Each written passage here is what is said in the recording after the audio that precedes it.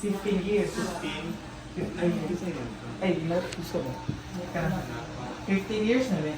Kamu, pila na mo kayo years nag-serve the base ng Ako, Tawag? 13. 13? Kung may mga challenges mo sa 13 years na yung naging ang balay. Challenges, nagkahan. Kaya of course, dahil lang yung kinaiya mga beneficiaries din niya. So, pinaka-challenge ay nila ang mga lain na behaviors. Pawansaon pag-handle. What's yung mga services na yung ihatag sa mga homeless doon? Mga services kay kuan, free sila lunch, yeah, free food sila o kanang heavy snacks sa morning. Ano rin? And then they are free to take a bath, to do laundry. Unya, aside from that, kinaasad niya scholarship program. Ano, kasi may maka-access sa scholarship program po natin. For those beneficiaries na mga naarapid sa dalan.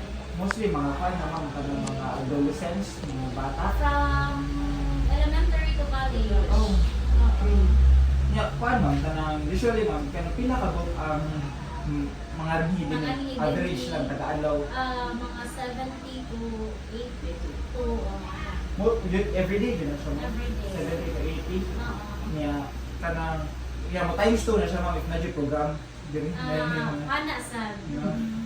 Paano ka na kasi sa garansi ari diri mga bata, mga Mga nanay tatay, Mga then nanay, kung tatay. kay ang mga bata na mo, mga hindi na sila daghan din ni during Saturdays. Ana kay nag-eskwela man sila. diri sa eskwela. Dili Ah. to kuan jud kanang formal gyud, formal education gyud. Ang amuha din ni is kanang mga bata nga wala nang eskwela, so informal education ang mga dili sa sulod. Na kuan mo kanang mga pila may estimate sa mga tata